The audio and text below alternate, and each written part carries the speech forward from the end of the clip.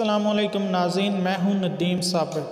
سب سے پہلے تو ان تمام دوستوں کا بہت بہت شکریہ جو میری ویڈیوز دیکھتے ہیں، لائک کرتے ہیں اور کومنٹس بھی کرتے ہیں۔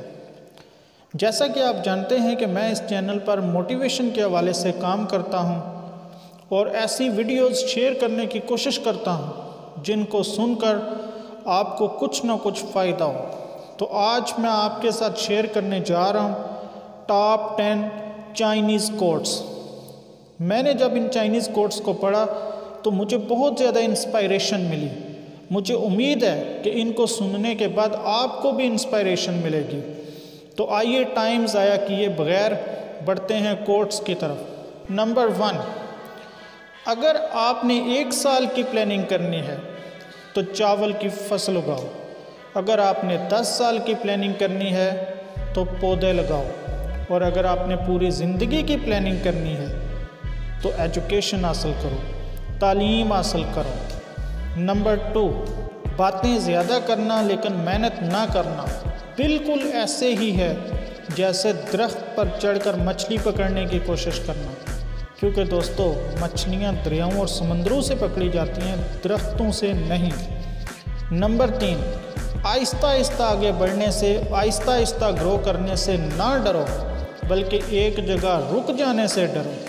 نمبر 4، ایک عقل مند آدمی اپنے فیصلے خود کرتا ہے جبکہ بیوقوف آدمی اپنے فیصلے دوسروں کی رائے کے مطابق کرتا ہے۔ نمبر 5، آپ کا ٹیچر آپ کے لیے صرف دروازہ کھولتا ہے، اندر آپ نے خود داخل ہونا ہوتا ہے۔